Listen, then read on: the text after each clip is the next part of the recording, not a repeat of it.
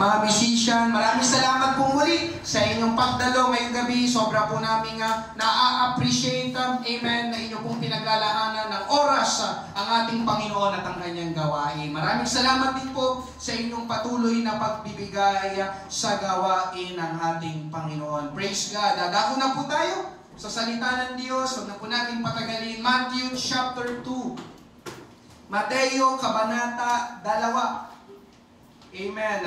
Nais ko po nga bumati muna sa inyong lahat. Belated Merry Christmas sa inyong lahat. Amen. Kamusta po ang inyong Noche Buena? Kasama niyo ba ang inyong pamilya? Nabusog po ba kayo sa inyong handa? May natanggap pa ba kayong mga regalo? Praise God. Kahapon po ay December 25. Yun po ang araw na sinasabing araw ng kapanganakan ng Panginoong Hesus o Pasko. At ngayon naman ay December 26. Isang araw matapos ang Pasko. Kaya ang ibabahagi ko po ngayong gabi ay pagtapos ng Pasko. After Christmas. Amen? After Christmas. May tagpo sa Bible na babasahin po natin mamaya. Pagtapos ipanganak ng ating Panginoong Hesus, ano-ano ang mga katotohanan na makukuha natin mula sa mga tagpong babasahin natin. Amen? Basahin po natin.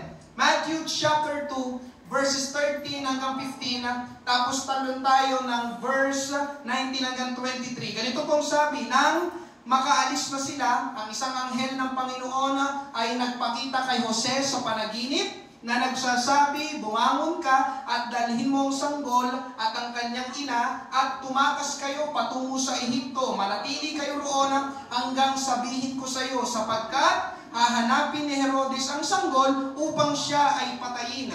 Kaya siya ay bumangon at dinala ang sanggol at ang ina nito ng gabing iyon at pumunta sila sa Ehipto. Nanatili sila roon hanggang sa pagkamatay ni Herodes. Ito ay upang matupad ang sinabi ng Panginoon sa pamamagitan ng propeta. Mula sa Ehipto ay tinawag ko ang aking anak. Ngunit pagkamatay ni Herodes, ang isang anghel ng Panginoon ay nagpakita sa panaginip kay Jose sa Ehipto na nagsasabi, bumangon ka at dalhin mong sanggol at ang kanyang ina at pumunta kayo sa lupain ng Israel. Tumalo na pala tayo ng verse 19. Sapagkat patay na ang mga naghahangad sa buhay ng sanggol. Verse 21, kaya't bumangon siya at dinalang sanggol at ang ina nito at pumunta sa lupain ng Israel. Ngunit nang mabalitaan niya na si Arkelao, ang naghahari sa Judea, nakahalili ng ama nitong si Herodes, natakot siyang pumunta roon. Dahil pinagsabihan siya sa pamamagitan ng panaginip, nagtungo siya sa nasasakupan ng Galilea. Siya ay nanirahan sa isang bayang tinatawag na Nazaret upang maganap ang sinabi ng mga propeta na siya ay tatawaging Nazareno. Pagpalain ng Diyos ang pagkabasa ng kanyang salita, tayo po'y sumandaling manalangin. Panginoong Diyos, marami pong salamat sa gabing ito, sa gawain o Diyos. Salamat sa bilang ng mga mananampalataya na aming kasama ngayong gabi. Piniling sumamba sa iyo, piniling makinig at mag-aral ng iyong salita. Huwag mo po kaming biguin ang pagkilos ng banal na Espiritu, Panginoong Diyos. Ngayong gabi, mangusap ka, itago mo po ako sa iyong likuran. Aalis kami ng lugar na ito na meron kaming tinanggap, Panginoong Diyos, ng mga bago at sariwang kapahayagan, kalakasan, pagtatagumpay at pagpapala na nagmumula sa iyo. Tulungan mo po kami, O Diyos, sa mensahe na ito ng iyong salita. Ito pong aming panalangin sa pangalan ni Jesus. Lahat ay magsabi na Amen. Palakpakan po natin ang ating Panginoon. Praise God. Ito pong binasa natin, mga kapatid, ay yung mga sumunod na nangyari pagtapos ipanganak ang ating Panginoong Hesus. Amen? Ipinanganak na po dito ang ating Panginoong Hesus. Kaya kumbaga ay tapos na ang Pasko. Diba? Ang Pasko ay kapanganakan ng ating Panginoong Hesus. Dito sa ating mga binasa, ipinanganak na siya, so para bang tapos na ang Pasko, kaya after Christmas. Ngayon gabi, amen, kagaya ng sinabi ko kanina, meron tayong mga mapupulot at makukuhang mga katotohanan mula sa mga tagpo na ating binasa, amen, na anong dapat nating mga gawin pagtapos ng unang Pasko sa Bible, ayon sa binasa nating tagpo. Ang una po nating dapat gawin, protect God's plan. Amen? Protektahan ang plano ng Diyos. Ang kapanganakan o pagdating ng ating Panginoong Hesus dito dito sa lupa ay plano ng Diyos. Hindi po ito plano ng tao. Hindi rin ito, syempre, lalo na plano ng mga hayop. Amen? Ito po ay plano ng Diyos. Nagkasala ang tao sa Genesis. May kabayaran ng kasalanan. Pinalaya si Adan at Eva sa Hardin ng Eden. At kapag binasa niyo po ang lumang tipan, para mapatawad ang kasalanan ng mga tao o specifically ng mga Israelita, kailangan po nilang magdala bawat tao ng hayop sa templo. Ibibigay nila doon sa punong saserdote at yun ay ihahandog sa Panginoon doon sa dambana o sa altar. At sino pong naniniwala mga kapatid na kung gagawin natin yun hanggang sa panahon natin ngayon, amen, yun po ay magastos at matrabaho. Pero nyo, bawat isa sa atin, si Nanay Emmy magdadala ng baka, amen, si RJ magdadala ng kalapatin, amen. Nandito tayo lahat kasi, mga kapatid, pag binasa yung Old Testament, ganon ang ginagawa nila, ganon ang utos ng Diyos. Para sila'y matubos, mapatawad sa ating sa kanilang mga kasalanan, kailangan nilang magdala ng mga hayop. Amen? Kaya salamat sa Diyos mga kapatid, meron siyang plano. Amen? Anong kanyang plano? Ang bumaba dito sa mundo sa katauhan ng ating Panginoong Hesus. Bakit mga kapatid? Upang si Jesus na ang maging alay na ihahandog upang bayaran ang kasalanan ng hindi lang iisang tao, hindi lang dalawang tao, hindi lang tatlong tao, kundi lahat ng tao. Hebrews 7:27, hindi gaya ng ibang mga pinakapunong pari, hindi niya kailangang maghandog ng alay araw-araw. Una, para sa kanyang sariling mga kasalanan at saka para sa mga kasalanan ng bayan. Amen. Nakuha niyo mga kapatid, ito yung ginagawa nila sa lumang tipan. Ano sinabi kasunod?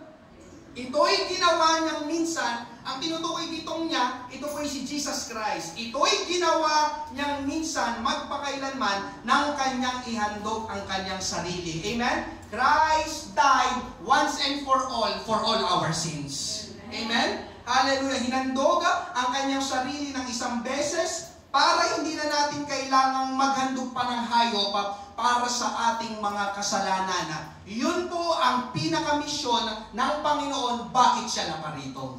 Bakit siya pinanganak? Bakit siya dumating? At bakit may Pasko? Amen? Subalit mga kapatid, alam yun ng kaaway. Alam yun ng dyablo.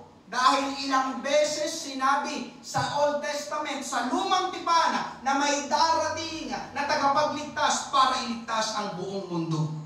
Kaya pagdating sa bagong tipan, ito na nga po pinapangaral ngayong gabi ang kapanganakan ng ating Panginoong Hesus. At sa kapanganakan sa Panginoon ay merong hadlang na ginamit ng dyablo upang sirain, upang hindi matuloy at hindi mangyari ang plano ng Diyos. Matthew chapter 2 verse 13, nang makaalis na sila, ang isang anghel ng Panginoon ay nagpakita kay Jose sa panaginip na nagsasabi, bumangon ka at dalhin mo ang sanggol at ang kanyang ina at tumakas kayo patungo sa Ehipto. Bakit sila tatakas? Manatili kayo roon hanggang sabihin ko sa iyo, sapagkat hahanapin ni Herodes ang sanggol upang siya ay... Amen? Si Herodes ang kontrabida sa tagpong ito. Si Herodes ang instrumento ng dyablo dito. Nais niyang patayin ang sanggol na si Jesus. Amen? Ano ulit ang kapanganakan ni Jesus? Plano ng Diyos. Kaya dito mga kapatid, nais patayin ni Herodes o nais patayin ng dyablo ang plano ng Diyos. Amen? Makikita po natin ito, makikita po natin ang mga ganong gawain ng dyablo throughout the Bible. Amen? May plano ang Diyos kay Jose. Ibang Jose po ito. Si Jose po, siya po yung mapanaginipin. Joseph the Dreamer, isa sa mga anak ni Jacob. Amen? Isa sa 12 tribo ng Israel. Amen? May plano ang Diyos sa kanya. Ipinakita ng Diyos sa panaginip. Yuyukod sa kanya ang kanyang mga kapatid at magulang. Amen? Pamilyar po ba kayo sa kwento? Pero hindi po agad yun nangyari. Bakit? Kasi may mga hadlang. Una, gusto siyang patayin ng kanyang mga kapatid. Sa inggit sa kanya. Pero ibinenta na lang siya sa Ehipto para maging alipin. Ikalawa, pinagbintangan siya ng asawa ng kanyang amo, ni Mrs. Potiphar, na nanggahasa, kaya nakulong si Jose. Ikatlo, kinalimutan pa siya ng mga tinulungan niya sa loob ng kulungan, katulad ng cupbearer. Amen? Nanaginip yung cupbearer, pero dahil si Jose, nasa kanya ang kapangyarihan pagkilos ng Diyos, kaya niyang mag-translate ng mga panaginip, itinranslate niya, ikaw cupbearer, babalik ka sa iyong posisyon sa harapan ng hari. Amen? Sabi ni Jose, pag nakalabas ka na, pag nasa harapan ka na ulit ng hari, sabihin mo ng manok sa kanya. Amen? Pero pag binasa niyo po ang kwento mga kapatid, nakalimutan na wala siya sa isip ng cupbearer. Amen? Kaya may plano ang Diyos, pero may mga hadlang sa plano ng Diyos. Amen? Pagdating naman sa Exodus, mga kapatid, ipinanganak si Moses. Siya ang gagamitin ng Diyos para iligtas ang mga Israelita sa Egypt. Pero merong Faraon. Amen? Siya yung hari sa Egypt na hindi niya gusto na dumadami ang populasyon ng mga Israelita. Kaya nagpalabas siya ng utos na lahat ng ipapanganak na sanggol na lalaki sa Israel ay itatapon sa ilog ng Nilo. Ang ilog po ng Nilo, mga kapatid, ay tirahan ng mga mababangis na buwaya. Nile River. Amen? Exodus 1:22. Pagkatapos, iniutos ni Faraon sa kanyang buong bayan, itatapon ninyo sa ilog ang bawat lalaking ipanganak, ngunit bawat babae ay hayaan ninyong mabuhay. Amen? So makikita natin dito mga kapatid, may plano ang Diyos sa Israel. At kapag binasa nyo ang Bible mga kapatid, karamihan ay lalaki ang ginagamit ng Diyos. At sa tagpong ito, si Moses, amen, ay lalaki. Amen? At siya ay pinanganak na sa oras na ito sa Exodus chapter 1. Kaya lang biglang merong Faraon, nagpalabas siya ng utos, lahat ng ipapanganak na sanggol na lalaki, itatapon sa ilog ng Nilo. Amen? May plano ulit ang Diyos, pero merong mga hadlang. Amen? Ganon din sa buhay ni David, mga kapatid. Plano ng Diyos na gawing susunod na hari si David ng Israel. Subalit nang mabalitaan ng kanilang mga kaaway, ng mga Filisteo, anong ginawa nila? Hinanap nila si David para hulihin at patayin. 2 Samuel 5:17. Nang mabalitaan ng mga Filisteo na si David ay itinalagang hari sa Israel, ang lahat ng Filisteo ay umahon upang hanapin si David. Amen?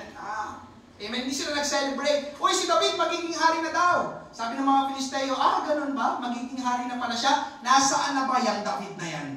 Amen? Kailangan ay hindi matuloy ang kanyang pagiging hari. Amen? At ito nga mga kapatid, binasa natin kanina sa verse 13, ang pinakadakilang plano ng Diyos para sa lahat ng tao. Ang kapanganakan ng Panginoong Hesus. Subalit, merong Herodes na pinapahanap siya para patayin. Amen. Mga kapatid, hindi lang yung basta si Mrs. Potiphar, hindi lang yung basta si Faraon, hindi lang yung basta mga Filisteo, at hindi lang yung basta si Herodes, kundi ang nasa likod ng lahat ng masasamang hangarin na iyon na binanggit natin kanina ay ang dyablo. Amen. Mga kapatid, pakinggan mo ito, gusto ng dyablo na pigilan, hadlangan, sirain, wasakin ang anumang plano ng Diyos. Lalo na sa iyong buhay. Amen. Amen? At yun po ay totoong-totoo sa buhay ng bawat isa na kaharap ko ngayong gabi. Amen? Anuman ang plano ng Diyos sa iyong buhay, gusto niyang sirain at wasakin ng dyablo. Amen? Hindi lang yung mga characters, mga tao na sa Bible ang gustong hadlangan, sirain ng Diyos, sirain, amen, ang plano ng Diyos sa kanilang buhay, kundi maging ikaw, nakaharap ko ngayong gabi. Amen? May plano ang Diyos sa iyong buhay. Amen? May plano ang Diyos sa iyong buhay. Subalit, merong kontrabida. Ang kaaway, ang dyablo. Amen? Tandaan mo ito mga kapatid, nasa harapan. Whatever God plans in your life, the devil will try to destroy that plan.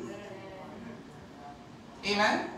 Hallelujah! Kitang-kita natin mga kapatid sa binasa natin. Ipapanganak na ang ating Panginoong Hesus, pero hinahanap siya ni Herodes para hindi matuloy ang kapanganakan ng ating Panginoong Hesus. Amen? Hallelujah! Niligtas tayo ng Panginoong Hesus. Sinong niligtas ng Panginoon? Sinong natutuwa na ikaw ay niligtas ng Panginoon? Amen. Isa pa, sinong natutuwa na ikaw ay niligtas ng Panginoon? Praise God! Hallelujah! Natutuwa tayo mga kapatid. Ikaw natutuwa. Pero gusto kong sabihin ngayong gabi, ang dyablo hindi. Hindi siya natutuwa na ikaw ay naligtas. Ikaw ngayon ay nasa church. Ikaw ngayon ay nagpupuri sa Panginoon. Ikaw ngayon ay nakakapakinig ng salita ng Diyos na namumulat ka sa katotohanan. Mga kapatid, hindi natutuwa ang dyablo. Kaya gagawa ang dyablo ng mga hakbang para sirain ang plano ng Diyos sa iyong buhay at para mahinto ka sa pagdalo dito sa church. Amen? Hallelujah. Kaya salamat sa ating Panginoon. Kahit papano, kanina may mga nag-testimony, ang dami pala sanang dapat na magpapaalam. Pastor, baka hindi po muna kami makadalo. Pero salamat, amen. Hallelujah, kahit papaano, nakikialam ang ating Panginoong Diyos. Amen. Salamat sa mga nakatanggap ng kagalingan sa ating Panginoon. Palakpakan natin ang ating Panginoon. Praise God. Hallelujah. Magkakasama tayo ngayong gabi. Biruin mo. Amen. Itong mga nakarang araw pa lang, alam ng kaaway na darating itong Thursday. Alam ng kaaway na magkakaroon tayo ng midweek service. Amen? Hallelujah. Plano ng Diyos na dapat dumalo tayo. Amen? Kalooban ng Diyos na dapat dumalo tayo. Amen? Kaya lang nandiyan ang kaaway, pilit niyang hahadlangan. Amen? Sisirain na para ikaw ay hindi makadalo ngayong gabi.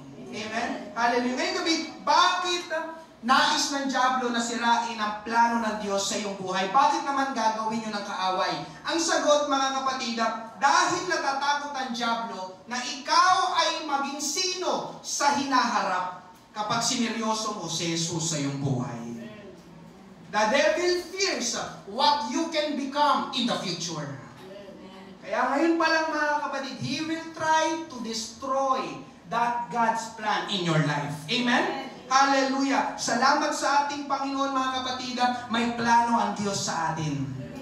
Totoo, mga kapatid, nang ikaw ay iligtas ng Panginoon, dinala dito sa church, mga kapatid, sasabihin ko sa iyo, totoong may plano ang Diyos sa buhay mo. Hindi ito yung parang wala lang tayo, nagagathering lang, amen, may service lang. No, mga kapatid, amen, the moment na ikaw ay niligtas, inabot ng Panginoon, dinala sa church, amen, sinisimula na ng Diyos ang kanyang magandang plano sa iyong buhay. Amen. Subalit, mga kapatid, ito ang malaking pagkakamali ng mga tao, ng mga mananampalataya. Ang pananaw nila, amen, total, Diyos naman ang nagplano para sa akin. At Diyos naman siya. Mangyayari pa rin ang plano niya sa akin kahit na ano pang mangyari at kahit na ano pang gawin ko. Sino sa inyo nag-iisip ng ganon? Amen. Mga kapatid, no, hindi po yun totoo. False. Malaking X. Amen? Total, Diyos naman siya eh. At siya nagplano para sa akin. Amen? Kaya niyang gawin ang lahat. Mangyayari pa rin ang plano niya sa aking buhay, kahit na anong gawin ko. Amen? Kahit ano pang mangyari, hindi po yung totoo, mga kapatid. Amen? Ito pong totoo. Totoo na may plano ang Diyos sa ating buhay. Subalit, hindi lang ang Diyos ang kikilos para mangyari ang plano niya sa atin. Mga kapatid, sa lahat ng mga kaharap ko ngayong gabi, meron po tayong bahagi. Meron din po tayong kailangan gawin. Ano yun? Yung pamagat ng aking first point. You have to protect the plan of God in your life. Ulitin ko. You have to protect the plan of God in your life. Hindi po yan automatic na basta lang mangyayari. Amen? Kailangan po nating protektahan ang plano ng Diyos sa ating buhay. Plano ng Diyos, ipapanganak si Jesus. Pero may hadlang. At doon papasok ngayon ang role ni Jose, ni Joseph, na kasintahan ni Maria. Amen? Siya ang ginamit ng Diyos, kinausap ng Diyos para protektahan ang sanggol na si Jesus. Matthew 2:13, nang makalis na sila, ang isang anghel ng Panginoon ay nagpakita kay Jose sa panaginip na nagsasabi, bumangon ka at dalhin mong sanggol at ang kanyang ina at tumakas. Tumakas. I-underline yung word na yan. Tumakas kayo patungo sa Ehipto. Anong makikita natin dito, mga kapatid? May plano ang Diyos, pero may bahagi ang tao para mangyari ang plano ng Diyos. Hindi sinabi ng Diyos dito, may plano ako. Amen? At ako na ang bahala. Kaya Jose, Maria, mag-relax na lang kayo. Ganun bang sinabi? Plano ko, ipapanganak si Jesus. Amen? Jose, Maria, mabuti pa. Amen? Relax. Amen? Humiga na lang kayo at matulog na lang kayo. Wala na kayong dapat na gawin. Hindi po ganun ang binasa natin. Mga kapatid, ang binasa po natin, sangkot ang tao, may gagawin pa rin ang tao. Amen? At totoo yun, maging sa buhay mo, kapatid ko sa Panginoon. May plano ang Diyos sa'yo, subalit meron kang bahagi. Meron kang dapat na gawin para mangyari ang plano ng Diyos sa iyong buhay. Ano yun? Kailangan mong protektahan ang plano ng Diyos sa iyong buhay. Can you say amen? Amen. At meron pong dalawang area o lugar na dapat nating bantayan o protektahan ang plano ng Diyos. Una mga kapatid, protect God's plan in your life from other people. Protect God's plan in your life from other people. Protektahan mo ang plano ng Diyos sa iyong buhay mula sa ibang tao. Amen? Parang ganito yan mga kapatid, para maunawaan natin. Si Jose ay ikaw. Ang sanggol na si Jesus ay plano ng Diyos. Si Herodes ay yung ibang tao na gustong patayin ang plano ng Diyos. Nagets niyo? Ikaw si Jose, kung ipapanganak na sanggol, plano ng Diyos. Si Herodes, yung gustong pumigil, gustong mangwasa ng plano ng Diyos sa iyong buhay. Ngayon, inutusan ng Diyos na ilayo ni Jose ang mag-ina, partikular ang sanggol na si Jesus mula kay Herodes. Tumakas kayo mula kay Herodes. Lumayo kayo mula kay Herodes. Huwag kayong magpakita mula kay Herodes. Amen po ba? Anong application po natin? Anong application po nun sa atin mga kapatid? Amen. Listen mga kapatid. Merong mga Herodes sa buhay mo na sila ang pumipigil at sumisira sa plano ng Diyos sa iyong buhay. Diyan po ba kayo? Merong mga Herodes. Pakinggan ano? Huwag po kayo magpapangalan sa mga Herodes ha. Merong mga Herodes sa buhay ninyo na sila ang pumipigil at sumisira sa plano ng Diyos sa iyong buhay. Sila ay pwedeng kamag-anak? Salamat sa isang nag-amen? Yes. Amen? Ang ating mga kamag-anak ay pwedeng maging Herodes. Sila ang ating mga kaibigan? Sila ang ating mga kababata? Sila ang ating mga kapitbahay? Sila ang ating mga kaklase? At sila ang ating mga katrabaho? Opo, malapit sila sa atin, nakakausap natin sila, at kadugo pa natin sila. Subalit mga kapatid, ngayong gabi, amen, I need to say this, alin o sino ang mas matimbang? Ang pagiging magpinsan nyo o ang plano ng Diyos sa buhay mo? Ang pagiging magkaklase ninyo o ang plano ng Diyos sa buhay mo? Ang pagiging magkababata ninyo o ang plano ng Diyos sa buhay mo? Pastor, nasasabi mo lang yan kasi hindi mo pa naman nararanasan. Hindi mo mga kapatid. Amen? Nung oras na ibigay ko ang buhay ko sa Panginoong Hesus, amen, nagpasya akong maglingkod sa Kanya, marami na po akong iniwan. Tulad ng mga kaibigan at kababata ko noon. Amen. Hallelujah. At hindi ko po pinagsisisihan mga kapatid. Hallelujah. Meron po ako ditong mga kaibigan. Nandyan po kayo. Amen. Mas gusto ko po palagi, amen, hallelujah, na mas nakakasalamuha at nakakausap po ay kapwa ko mananampalataya. Amen. Hindi po ako galit sa kanila, hindi po mga kapatid. Amen. Kapag nakita ko sila, papansin at babatiin ko pa rin sila. Amen? Subalit, may oras sa ating buhay, kailangan kong mamili ang plano ng Diyos sa buhay ko at sa pamilya ko o sila. Amen? Ang pinili ko ay plano ng Diyos. Amen. Mga kapatid, hallelujah, hindi ko pwedeng pagsabayin dahil meron silang mga ginagawa na hindi makakatulong para mangyari ang plano ng Diyos sa buhay ko. Amen po ba? Amen. Nagiinom sila, hindi yun pwede sa plano ng Diyos. Amen. Nagmumura sila, hindi yun pwede sa plano ng Diyos. May mga kinakasama sila na hindi pa sila kasal, hindi yun pwede sa plano ng Diyos. May iba silang paniniwala, hindi yun pwede sa plano ng Diyos. Naunawaan niyo po ba mga kapatid? Amen. Amen. Kapatid, hindi lang po sa akin ito applicable at totoo ngayong gabi. Ganon din po sa iyo. Amen. Huwag ka na malungkot. Amen? Hindi pwedeng sama ka ng sama sa ibang tao na iba sa plano ng Diyos. Na iba ang plano nila sa plano ng Diyos sa iyong buhay. Amen po ba? Hindi mo ba napapansin, magbibigyan ko ng halimbawa, hindi mo ba napapansin kapag inimbitahan ka nila, sumasama ka agad, kahit saan, pero kapag inimbitahan mo sila dito sa church, ayaw nilang sumama. Dapat doon pa lang ay aware ka na. Nandiyan pa po ba kayo? Merry Christmas! Diba? Doon pa lang eh. Kapag inimbitahan ka, sama ka ng sama, pero kapag sila inimbitahan mo, hindi sila sumasama sa'yo. Dapat doon pa lang, amen, magkaroon ka na ng boundaries. Teka lang. Parang ako nang lagi isama ng sama kapag ini-invite ako nito, pero pag siya ini-invite ko, hindi sumasama sa akin. Amen? Hallelujah. Mga kapatid, sa ating Panginoon, hindi mo namamalayan na nilalayo ka na pala nila sa plano ng Diyos sa iyong buhay.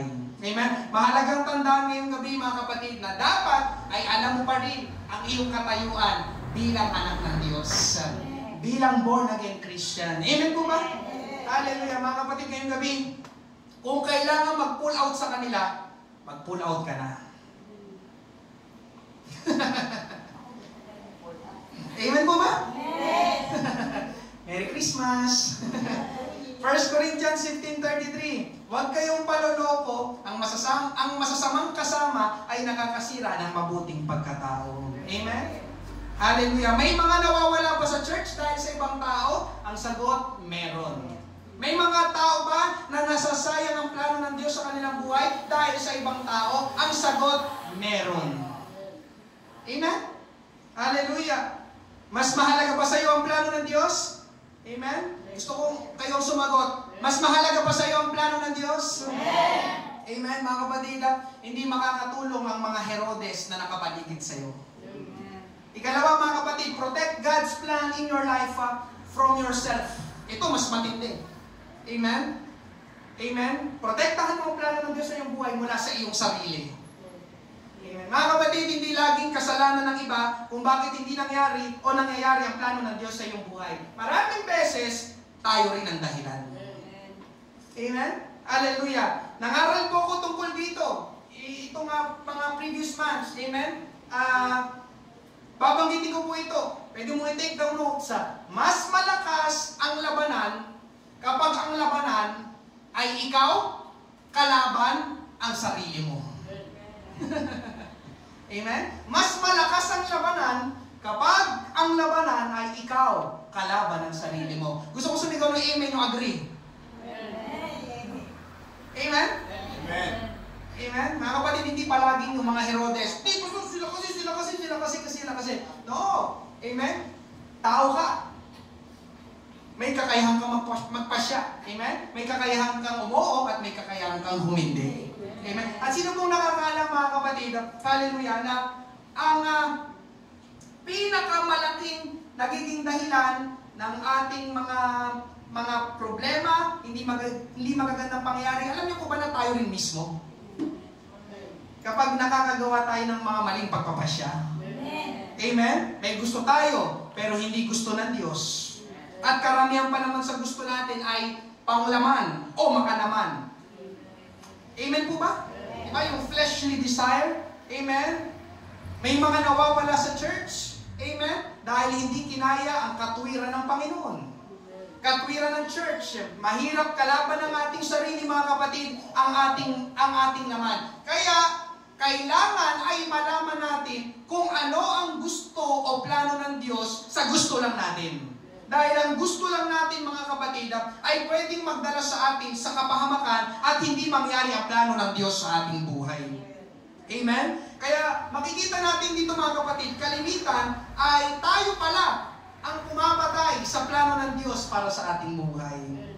Amen. Huwag naman sana, mga kapatid, sa ating Panginoon. Lalo na ikaw ngayong gabi na nakakapakinig ng pangangaral. Amen. Na narinig mo, naunawa mo, ako rin pala. Ako pala ang pwedeng pumigil. Ako pala ang pwedeng humadla sa plano ng Diyos sa aking buhay. Amen. Mga kapatid, ngayong gabi, protektahan mo ang plano ng Diyos sa iyong buhay. Paano? Sa pamamagitan ng pagpatay sa iyong makasarili at mga makalamang pagnanasa. Romans 8:13, sapagkat kung mamuhay kayo ayon sa laman, kayo ay mamamatay. Subalit kung sa pamamagitan ng Espiritu ay pinapatay ninyo ang mga gawa ng laman, kayo ay mabubuhay. Pangalawa, pag-usapan po natin, wait in faith. Amen? Ang ikalawang tinuturo sa atin, pagtapos ng unang Pasko, amen, ay maghintay sa pananampalataya. Inutusan ng Diyos si Jose na ilayo ang sanggol na si Jesus mula kay Herodes at pinapunta sila sa lugar ng Egypt. Matthew 2:13, nang makaalis na sila, ang isang anghel ng Panginoon ay nagpakita kay Jose sa panaginip na nagsasabi, bumangon ka at dalhin mo ang sanggol at ang kanyang ina at tumakas kayo patungo sa Ehipto. Manatili kayo roon hanggang sabihin ko sa iyo, sapagkat hahanapin ni Herodes ang sanggol upang siya ay patayin. Ang hinahanap po nating salita dito mga kapatid ay yung manatili kayo roon. Sa inyo. Ayun, manatili kayo roon hanggang sabihin ko sa iyo. Manatili. Sa ibang salita ay maghintay. Manatili kayo roon, maghintay kayo roon. Hanggang kailan maghihintay? Kapatid, kapag binasa ng Bible, silent ang Bible. Walang eksaktong sinabi kung hanggang kailan nanatili o naghintay o mananatili o maghihintay sina Jose sa Egypt. Walang sinabi mga kapatid, basta ang sabi lang ng Panginoon, manatili kayo sa Egypt hanggang mamatay si Herodes. At naniniwala ako mga kapatid, hindi lang ito isang gabi na paghihintay. Kinabukasan, namatay na agad si Herodes, hindi po. Amen? I believe mga kapatid, ito ay maaaring umabot ng ilang buwan o taon. Kaya makikita natin dito na kailangan nilang maghintay. So part of the Christmas story or after Christmas story is to wait. Amen? At hindi lang po sa kanila, kundi pati sa atin din. May mga pagkakataon na pagtapos mong maligtas, pagtapos mong malaman at marinig ang napakagandang plano ng Diyos sa buhay mo, parang walang nangyayari. Parang tahimik ang Diyos. Amen? Naranasan mo na ba yun? Parang walang nangyayari.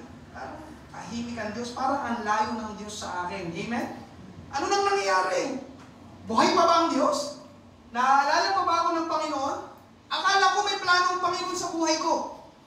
Oo, may plano ang Diyos sa buhay mo, pero kailangan mong maghintay para mangyari ang plano ng Diyos sa buhay mo. Amen? Minsan kasi nag-iisip tayo mga kapatid, ano kayang kailangan kong gawin para mangyari na ang plano ng Panginoon sa buhay ko? Alam nyo mga kapatid, minsan wala kang kailangan gawin.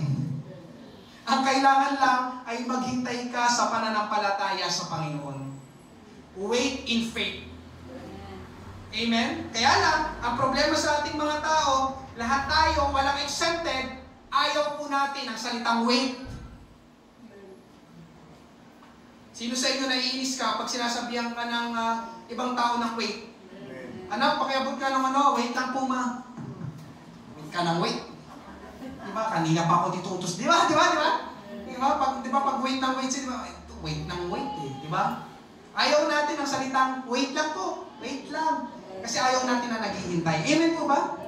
Hallelujah. Ayaw po natin na naghihintay dahil ang totoo, wala naman talagang tao ang komportable kapag siya ay naghihintay. Amen? Excited tayo kapag sumasapit ang buwan ng December. Sino excited kapag sumasapit ang buwan ng December?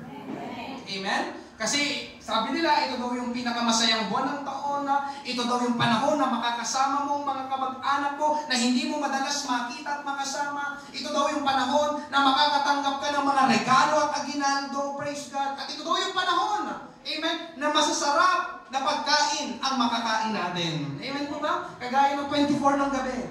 Amen? Sinong excited tuwing Pasko? Sinong excited na sumapit ulit ang Pasko? Sad to say mga kapatid, December 26 na ngayon, at 365 days ulit bago magpasko.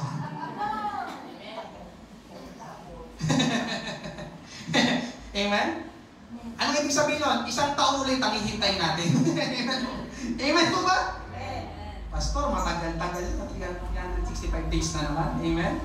Hallelujah. Ayaw pa naman natin na naghihintay. Subalit, ang isa sa tinuturo sa atin, ang kwentong ito, pagtapos ng Pasko, ay maghintay sa pananampalataya.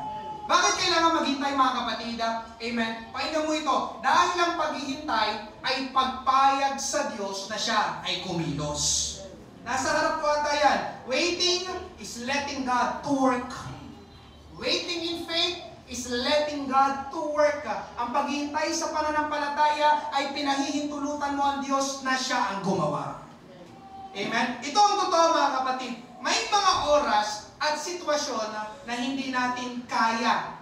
Hindi natin alam ang solusyon. Hindi natin alam ang gagawin. Kaya doon papasok ang Panginoon dahil kaya ng Panginoon at alam ng Panginoon ang gagawin at tayo, ang trabaho natin ay maghintay. Amen? Yun ang totoo mga kapatid. May mga oras, tagpo sa iyong buhay na hindi mo kaya ang isang sitwasyon. Hindi mo alam ang gagawin sa isang sitwasyon. Amen? Papatayin ni Herodes ang batang si Jesus. At hindi po kaya ni Jose si Herodes. Amen po ba? Walang kapangyarihan o pamamahala si Jose kay Herodes. Kaya inutusan ng Diyos si Jose na ilayo muna si Jesus kay Herodes at maghintay doon sa Egypt. Jose, papatayin ni Herodes ang sanggol na si Jesus at hindi mo kaya si Herodes. Baka ikaw ang kanyang patayin. Amen? Kaya mabuti pa ang gawin mo, pumunta ka sa Egypt. Lord, anong gagawin mo sa Egypt? Maghintay ka roon. Pastor, ano pa? Lord, ano pa? Maghintay ka roon. Lord, baka meron ka pa ibang ipapa. Maghintay ka roon. Amen po ba? Lord, yun nga, maghintay lang. Naunawaan niyo po ba yung kwento mga kapatid? Hallelujah! Pero habang naghihintay sila sa Egypt mga kapatid, ang hindi alam ni Jose, ang Diyos ay may ginagawa. Amen po ba? Ang Diyos ay kasalukuyang kumikilos. Yun ang totoo mga kapatid. Akala lang natin walang nangyayari. Pero ang Diyos ay kumikilos, nagtatrabaho ang Diyos behind the scenes. Amen? Sa likod ng mga tagpo, mga pangyayari na hindi mo nakikita, gumagawa at kumikilos ang Diyos. Amen? Mga kapatid, hindi na alam ni Jose kung anong nangyari kay Herodes. But God is taking care of Herodes. Amen? Hindi kaya Diyos si Herodes, pero kaya ng Diyos si Herodes. Amen? Hallelujah. Hindi na alam ni Jose kung paano mamamatay si Herodes. Pero mga kapatid, hindi na yun kailangang alamin ni Jose dahil hindi niya yun trabaho. Amen? Trabaho yun ng Diyos. Ang trabaho ni Jose ay maghintay sa Egypt. Kaya dito, while waiting mga kapatid, Joseph is letting God to work. Ganon din po sa ating buhay, mga kapatid. Hindi natin trabaho na alamin eksakto kung paano, saan, at kailan mangyayari ang plano ng Diyos sa buhay natin. Mga kapatid, trabaho yun ng Diyos. Ang trabaho natin, paminsan, ay maghintay. At habang naghihintay, amen, anong dapat gawin? Patuloy pa rin sa pananalangin, patuloy pa rin sa pagdalo sa mga gawain, at patuloy pa rin sa paglilingkod sa Panginoon. Amen? Mga kapatid, sa ating paghihintay, we are letting God to work in ways we cannot work. Sa ating paghihintay, hinahayaan natin ng Diyos na siya ang pumilos doon sa bagay na yun dahil yung bagay na yun na hindi natin kaya. Amen po ba? Katulad din po ni Jose sa lumang tipan, yung isang anak ni Jacob, pinakita ng Diyos ang plano niya para kay Jose, pero hindi agad yun nangyari. Nabanggit ko nga kanina, binenta siya ng mga kapatid niya, napagbintangan at nakulong siya, nakalimutan pa siya sa kulungan. Amen? Para bang wala nang nakaalala kay Jose sa kulungan. Pero hindi mga kapatid, naaalala siya ng Diyos. At may ginagawa ang Diyos na hindi alam ni Joseph. Amen? At ang maganda kay Jose mga kapatid, salamat sa Panginoon, naghintay siya ng may pananampalataya. Pinanghawakan pa rin niya ang plano ng Diyos sa buhay niya. Amen? At alam po natin ang naging dulo ng kwento ng buhay ni Jose. Nangyari nga sa kanya ang magandang plano ng Diyos sa buhay niya. At ganoon din po kay Jose, dito naman sa bagong tipan, dahil naghintay siya sa pananampalataya sa Diyos sa lugar ng Egypt, alam niyo mga kapatid, nangyari din ang magandang plano ng Diyos sa buhay niya at naingatan pa ang plano ng Diyos para sa buong sangkatauhan. Matthew chapter 2, verse 15. Talon tayo ng 19 to 20. Nanatili sila roon hanggang sa pagkamatay ni Herodes. Ito ay upang matupad ang sinabi ng Panginoon sa pamamagitan ng propeta. Mula sa Ehipto ay tinawag ko ang aking anak. Verse 19. Ngunit pagkamatay ni Herodes, ang isang anghel ng Panginoon ay nagpakita sa panaginip kay Jose sa Ehipto na nagsasabi, bumangon ka at dalhin mo ang sanggol at ang kanyang ina at pumunta kayo sa lupay ng Israel sapagkat patay na ang mga naghahangad sa buhay ng sanggol. Hindi na dinitali ng anghel kay Jose. O Jose, ganito yung nangyari kay Herodes, bla bla bla bla bla. Okay Jose? Okay na ulit. na mission mo, naghintay ka na, bumangon ka na ulit dahil si Herodes na naghahangad na patayin niya, ang batang si Jesus patay na ulit. Amen po ba? Naghintay si Moses sa Egypt, makalipas ang ilang buwan o baka taon, namatay nga si Herodes. Amen? Hallelujah. Isa pang makikita natin dito na katotohanan, mga kapatid, sa second point pa rin. Mga kapatid ko sa ating Panginoon, huwag nating pangunahan ang Diyos. Amen po ba? Pastor, ang tagal kasi. Mga kapatid, just wait in faith. Bakit? Masalam ng Diyos ang gagawin. Amen. Amen? Alam niyo mga kapatid, kapag pinangunahan mo ang Diyos, gumawa ka ng sariling pagpapasya at mga hakbang, pwedeng hindi maging maganda ang kahihinatnan. Amen. Amen po ba? Amen. Nagbigay lang ako ng isang particular na halimbawa. Ito kasi yung pumasok eh. Nung habang ginagawa ko ito, napansin ko ito sa Mandaluyong Church at pati parang merong case din nata dito sa Pateros, amen, yung pagpasok sa relasyon. Sorry, mga nanay, yun mo nanay. Papasok pa ba kami sa relasyon? Amen. Apo, hindi na po kayo ito. Amen. Pasintabi po. Yung pag-aasawa, lalo na sa mga babae.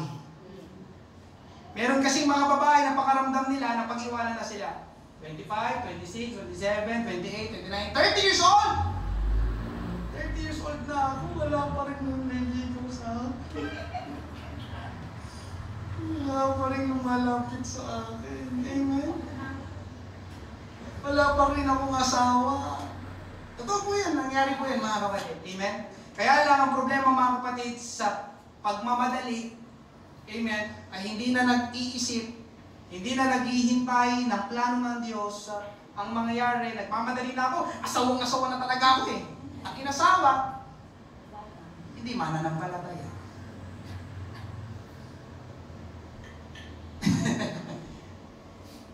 Amen po ba? Amen. Di, basta mga pag-asawa ng pastor, kahit sino na lang, kahit hindi mananampalataya. Walang mananampalataya eh. Walang lumalapit sa akin, walang nililigaw eh. No, mga kapatid. Amen. For me, para sa akin mga kapatid, mas maganda ay ano pa rin ng Diyos. Kalooban pa rin ng Diyos. Kapwa mo pa rin mananampalataya. Amen. Naunawaan ko naman. Tumatanda. Tumatanda na. Amen. Gusto nang magkapamilya. Amen? Pero kung ako tatanungin, ayun, nauna na tuloy ako, mas mabuti pa rin kung ikaw ay nakapaloob sa plano at kalooban ng Diyos. Nga kasi minsan, pinapanguna mo, hindi, pastor, wala ka naliligaw sa akin eh. Ano, 50 na ako, wala pa rin. Amen? Mas mabuti pa rin mga kapatid kung tanungin ang Panginoon at maghintay sa pananampalataya sa kanyang plano. Meron kasi kami kilala ni Rolene, mananampalataya, active sa ministry. Kaya lang nakapag-asawa ng hindi mananampalataya. Hindi rooted sa church at sa Bible. Nung nakaraan, nag-open kay Rolene, umiiyak at parang nagsisisi na bakit yun ang pag-asawa niya. Kaya mga kapatid, lalo sa mga kabataan dito, kapag ang pagpapakasal, ang pag-aasawa ay isang seryosong bagay. Seryosong usapin. Amen? Sabi nga ng mga nakakatanda, amen. Pangit ito, pag tinuro ko yun. Sabi nga ng mga nakakatanda, ang pag-aasawa, amen, ay parang isang mainit na kanin na kapag sinubong mo, amen. Ayan, tama ba? Mainit ang kanin kapag sinubong mo, iluluwa mo na lang. Amen po ba? Sa mga kabataan na narito. Amen. Ngayon, ang nangyari, yun nga, yung lala natin, actually, mananampalataya yun. Dinala siya, nanganak na, dinala sila ng kanyang asawa sa Cavite ata at hindi na ata nakakadalo sa Mandaluyong Church. Active yun dati, singer namin sa 180 Jam yun. Amen po ba? Amen. Usawang-usawa na kasi ako. Kaya sa mga ladies na narito, sino mga ladies na narito? Oo, nag-amen talaga sila ng Luisa. Umaasa ka talaga sila. Nakalawa na naman tayo ng joke, kaya tumatagal tayo, amen. Sa mga ladies na narito, wait in faith. And while waiting, keep on praying. And believing God He will fulfill His plans for your life. Amen? Hebrews 10:35-36, kaya huwag ninyong itakwil ang inyong pagtitiwala na may dakilang gantimpala sapagkat kailangan ninyo ng pagtitiis. Amen? Habang naghihintay, di ba ganun naman yun? Synonyms ng paghihintay ay pagtitiis. Amen? Upang kapag inyong nagampanan ng kalooban ng Diyos, ay tanggapin ninyo ang pangako. Praise God. Pangatlo at panghuli, after Christmas o pagtapos ng unang Pasko, ang tinuturo sa atin na dapat gawin ay respond to God's leading. Amen? Tumugon sa pangunguna o pangungusap ng Diyos. Amen? Ito po yung kapag may sinabi o inutos ang Panginoon, sumunod tayo sa Panginoon. Kanina sa second point, sabi ng Diyos, manatili kayo sa Ehipto. Sumunod si Jose. Dinala niya ang mag-ina sa Ehipto at naghintay sila doon hanggang sa mamatay si Herodes. Okay ngayon, dumating naman ang araw na patay na si Herodes. Sabi naman ng Diyos, dalhin mo ang mag-ina at bumalik kayo sa Israel. Matthew 2:19-21 hanggang 21. Ngunit pagkamatay ni Herodes, ang isang anghel ng Panginoon ay nagpakita sa panaginip kay Jose sa Ehipto na nagsasabi, bumangon ka at dalhin mo ang sanggol at ang kanyang ina at pumunta kayo sa lupain ng Israel sapagkat patay na ang mga naghahangad sa buhay ng sanggol. Kaya bumangon siya at dinala ang sanggol at ang ina nito at pumunta sa lupain ng Israel. Makikita natin dito mga kapatid, kapag kamatay ni Herodes, sinabihan ulit siya ng Diyos, Amen, bumalik na kayo, pumunta kayo sa lupain ng Israel, pero sumunod na naman si Jose. Kaya bumangon siya, verse 21, at dinala ang sanggol at ang ina nito. Ngayon, sa verse 22, ngunit nang mabalitaan niya na si Arkelao ang naghahari sa Judea, nakahalili ng ama nitong si Herodes. May anak si Herodes, ito naman si Arkelao, ang pumalit na hari. Natakot siyang pumunta roon. Dahil pinagsabihan siya sa pamamagitan ng panaginip, nagtungo siya sa nasasakupan ng Galilea. Ngayon, papunta na sana si Jose, kasama yung mag-ina. Amen? Babalik na sila sa Israel, o siguro sa capital, sa Jerusalem. Pero ang naghahari pala yung anak ni Herodes Arkelao. Nangusap ulit ang Diyos sa pamamagitan ng ay, Jose, hindi pala sa Israel kayo pumunta. Mabuti pa, manatili muna kayo sa lugar na tao kay Galilea. Amen? Kaya sabi doon, nagtungo siya sa nasasakupan ng Galilea. Sa Galilea kayo pumunta para makaiwas kayo sa anak ni Herodes. Ang makikita natin dito mga kapatid, sumunod na naman si Jose. Alam niyo mga kapatid, nakakatuwa no? Buti masunurin si Jose sa Diyos. Kaya alam niyo mga kapatid, ngayong gabi, pinagpapala talaga ng Panginoon ang mga taong marunong sumunod sa Kanya. Amen po ba? Naingatan si Jose at ang sanggol na si Jesus. Bakit? Dahil marunong sumunod si Jose sa leading ng Diyos, sa pangunguna ng Diyos, sa utos ng Diyos. At totoo din yun maging sa atin ngayong gabi. Amen? Naniniwala ko mga kapatid, may mga pagkakataon na tayo ay kinakausap ng Panginoon personally. Amen? Sa mga pangangaral na tulad ng ganito. Amen? Pwedeng nagsasalita lang ako, pero hindi ko alam. Amen, ang banal na Espiritu, kinakausap ka na pala. May nabanggit ako, amen, na sumakto sa iyong sitwasyon, sumakto sa iyong kalagayan. Para ako na, amen, yun palang dapat kong gawin. Amen po ba? Amen. O kaya naman, mga kapatid, ay pwedeng ikaw mismo sa pananalangin kinakausap ng Panginoon. Alam niyo mga kapatid, hallelujah, kapag kinakausap ka ng Panginoon, sunod lang. Parang napalano kayo. Mga kapatid, ganun na simple. Kapag kinakausap ka ng Panginoon, sunod lang. Bakit? Dahil hindi ka mapapasama sa pagsunod mo sa Panginoon. Amen po ba? Wala pa akong nakilala na sinunod nila ang leading ng Panginoon. Amen? Tapos napasama sila. Amen? Minsan mga kapatid, ewan ko kung naranasan mo na ba yung may ini-impress ang Panginoon na tao sa isip mo na kailangan mong ipanalangin, o kaya naman ay kailangan mong puntahan para tulungan, o kaya naman kailangan mong puntahan para bahaginan ng salita ng Panginoon. Naranasan mo ba yan? Parang may ini-impress sa akin na kailangan mo siyang puntahan na. Amen? Sakto, pagpunta niya, ayun nga, may pangangailangan pala siya, at ikaw ang sagot. Amen? Ng Diyos sa kanyang pangangailangan. Amen po ba? Pwede rin na may ini-impress ang Panginoon na ginagawa natin, na gusto ng Diyos na ihinto na natin. Salamat sa isa ng amen. Pwede rin na kinakausap tayo ng Diyos na may mga bagay sa buhay natin o issue sa puso natin na gusto ng Diyos na pakawalan na natin. Amen po ba? Amen. Galit, puot, inggit, sama ng loob, hindi pagpapatawad. Amen po ba? Amen. Anong gagawin mo, kapatid, sa ating Panginoon? Susunod ka ba sa leading ng Panginoon o susunod ka sa sarili mong kagustuhan?